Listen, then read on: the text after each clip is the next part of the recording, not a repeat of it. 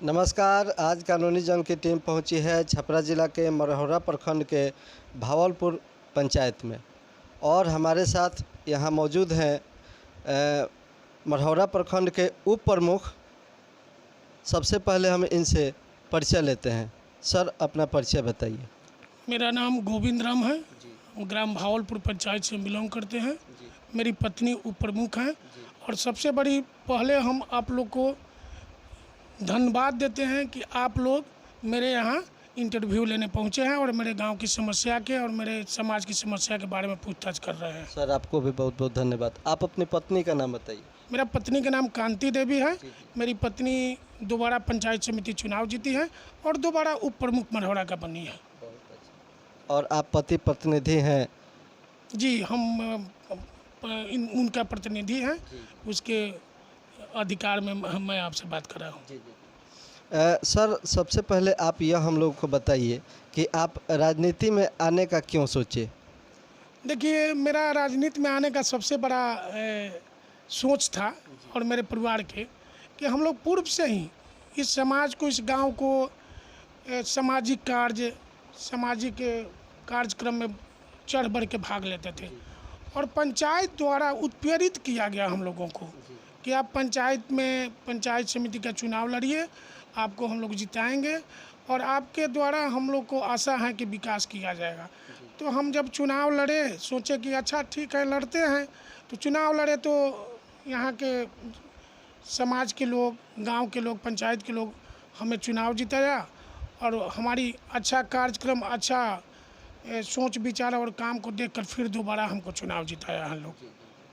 मतलब आप अपनी जनता के विकास के लिए, समाज की सेवा करने के लिए इस पद पर? जी जी जी जी, हमारे आपके कृपा से कोई चीज़ का कमी भगवान नहीं दिए है, लेकिन जनता के सेवा के लिए, जनता के कार्य के लिए और जनता के भलाई के लिए हम लोग इस चुनाव में एक्टिव हुए और चुनाव लड़े और चुनाव जीते और जनता के कार्य कर रहे हैं। आप एक पंचायत के प्रतिनिधि भी हैं, उस नाते आप हम लोग को यह बताइए कि पूर्व में जो विकास कार्य हुआ है, क्या आप उससे संतुष्ट हैं? हाँ, पूर्व में जो हमारे पंचायत का विकास हुआ है उससे हम लोग अति और पंचायत के लोग भी बहुत ज़्यादा संतुष्ट हैं, इसलिए कि हमारे पंचायत में काम हुआ है। हो सकता है कि इस बार मेरी पंचायत आदर्श पंचायत घोषित भी हो जाए। जी, वर्तमान में जो विकास कार्य चल रहे हैं वे कौन कौन से काम आपके द्वारा करवाए जा रहे हैं? मेरे द्वारा अभी पंचायत समिति द्वारा यहाँ पर रोड के काम, एक सामुदायिक भवन काम है, एक स्कूल का सौंदर्यीकरण है और नाहर और आहर की उड़ाई है और 2-3 सड़क हैं जिसका मिट्टीकरण कराया जा रहा है।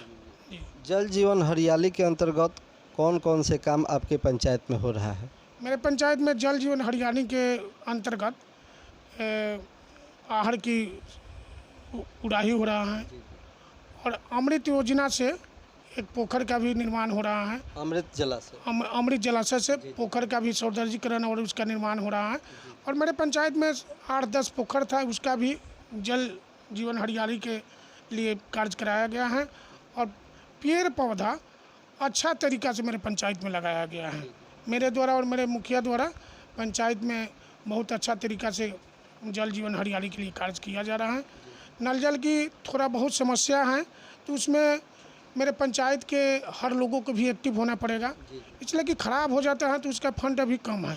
फंड कम है तो उसके लिए अपने से भी थोड़ा बनवाना पड़ेगा, उसको देख रेख करना पड़ेगा, इसके लिए अपने आप को एक्टिव होना पड़ेगा। आप अपने प्रखंड के उप प्रमुख भी हैं, आपके सहयोगी जो पंचायत समिति सदस्य हैं उनको क्या आप संदेश देना चाहेंगे?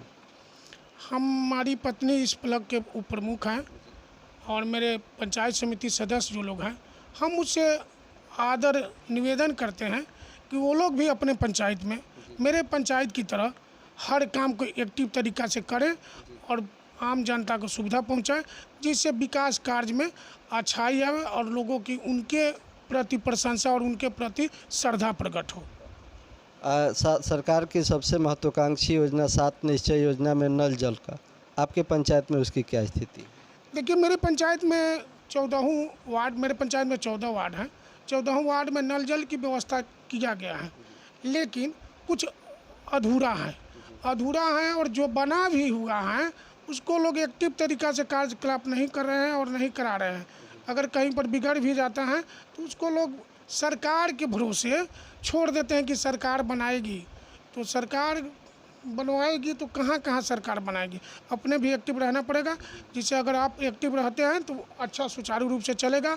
और वो नल जल योजना को आप अपने योजना समझिए, तब ढंग से चलेगा और आपको अच्छा से पानी मिलेगा, स्वास्थ्य ठीक रहेगा और तब पंचायत भी ठीक रहेगा। आप अपनी जनता को बहुत अच्छा संदेश दे रहे हैं कि वो सरकारी संपत्ति नहीं, सरकार ने लगवा दिया, वो आपकी अपनी संपत्ति है। जी जी, हम यही कहना चाहेंगे जनता को कि सरकार अगर कोई भी योजना लाती है तो उसको आप अपने लिए लाती है, आपके लिए लाती है। आप उसको अपना समझिए और उसको अपने तौर तरीके से, जैसे आप अपने मकान, घर द्वार, गाड़ी घोड़ा अपने जैसे साफ़ सुथरा अच्छा से खेती गृहस्थी करते हैं, उस तरह अगर सरकार की व्यवस्था को अच्छे ढंग से रखिएगा तो आपके लिए फ़ायदा होगा। और हम पूरे आम जनता से रिक्वेस्ट करते हैं कि सरकार को संपत्ति को आप अपना संपत्ति समझिए तो आपका ही रहेगा और आपकी अच्छी भलाई होगी। आपके पंचायत की सबसे मूल समस्या क्या है? मेरे पंचायत की सबसे बड़ी मूल समस्या है जल निकासी। हम लोग बाढ़ प्रभावित क्षेत्र में पड़ते हैं और जब बाढ़ आता है या बाढ़ नहीं भी आती है, बरसात की पानी आती है तो मेरी गांव बरसात में डूब जाता है। पानी निकलने की समस्या नहीं है।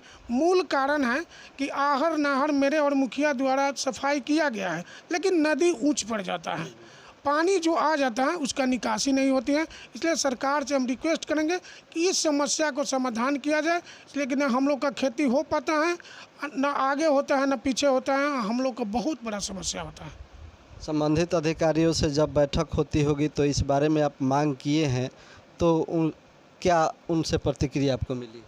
पिछले बार जो बैठक हुआ था समिति का आम सभा विशेष बैठक हुआ था, उसमें हम सीओ साहब से इस मुद्दा पर बात किए थे। हमारी पत्नी की थी कि मेरे यहाँ जल निकासी का समस्या है, उसको आप ठीक किया जाए। सीओ साहब इस पर आश्वासन दिए हैं कि हम ऊपर लिखा पढ़ी कर रहे हैं, इसके बारे में हम गहन छानबीन कर उचित कार्रवाई किया जाएगा। सरकार की एक और महत्वाकांक्षी योजना शराबबंदी है, आप लोगों को कैसे प्रेरणा देंगे इस बात? देखिए, सरकार की इस सबसे बड़ी प्रेरणा है कि शराबबंदी है, तो उसमें हम आम जनता से कहना चाहेंगे कि हर परिवार, हर घर, बेटा बेटी, महिला सबको एक्टिव होना पड़ेगा, तब शराबबंदी बंद होगा। शराब एक सरकार की और प्रशासनिक पदाधिकारी के चलते शराब बंद नहीं होगा। उसमें हर आदमी को ये सोचना पड़ेगा कि शराब गलत है, शराब से विकास रुकता है, शराब से झगड़ा होता है, शराब से विनाश होता है। तो उसमें हमारे सारे जनता को, सारे परिवार को और हम सारे बिहार वासियों से और पंचायत वासी से निवेदन करेंगे कि इसमें हर व्यक्ति को एक्टिव होना पड़ेगा। तो आगे आना होगा, आगे आकर इसमें पढ़ना होगा और लोगों को समझाना होगा कि शराब खराब है, शराब से नुकसान होता है, शराब से विनाश होता है, तब शराबबंदी बंद होगा। यानी आप सरकार के भरोसे रहिएगा तो ये सक्सेस नहीं हो सकता है। आप एक जनप्रतिनिधि होने के नाते, अपने ब्लॉक के प्रमुख होने के नाते, आप अपनी जनता को, पूरे ब्लॉक के जनतावासियों को क्या संदेश देना चाहेंगे मेरे चैनल के माध्यम से? आपके चैनल के माध्यम से हम पूरे पंचायत से लेकर ब्लॉक और जिला को भी ये भी संदेश देना चाहते हैं कि विकास के जो कार्य सरकार को मिल रहे हैं उसको अच्छा तरीक़े से किया जाए और धरातल पर लाया जाए और सरकार की हर संपत्ति को अपना संपत्ति समझा जाए। इससे यही संदेश हम दे रहे हैं। इतना ही कहकर हम आपको धन्यवाद दे रहे हैं। सर, आपने अपना बेशकीमती समय निकाल कर, आप अस्वस्थ हैं, उसके बाद भी हम लोगों से बातचीत किया, इसके लिए सर आपको बहुत बहुत धन्यवाद। ठीक, चलिए आपको भी धन्यवाद। कैमरामैन मुनचुन सिंह के साथ मैं गजेंद्र मिश्रा, कानूनी जंग मीडिया।